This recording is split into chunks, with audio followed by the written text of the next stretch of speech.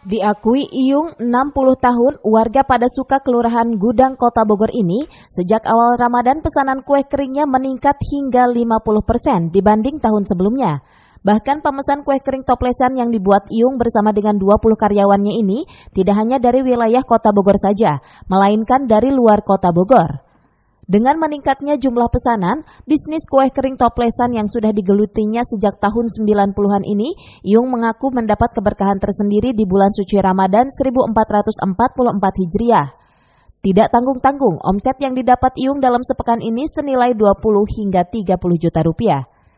Sementara untuk harga kue kering toplesan khas lebaran seperti nastar, putri salju, kastengel, semprit keju, dan jenis kue kering lainnya yang diproduksi Iyung ini terbilang murah, meskipun adanya kenaikan sebesar Rp2.000 dari harga sebelumnya yakni Rp35.000 per toples, kini menjadi Rp37.000 per toples.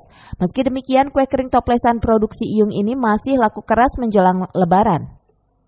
Selain dijual untuk kemasan rumahan, kue kering yang diproduksinya ini juga untuk pesanan pasar-pasar yang ada di Bogor maupun luar kota Bogor.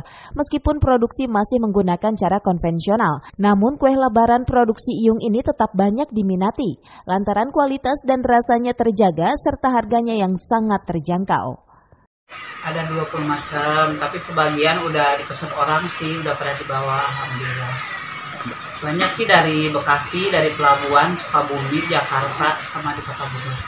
Ada perubahan, ini naik 2.000, jadi 35 sekarang jadi 37. Dari tahun 90 sampai saat ini.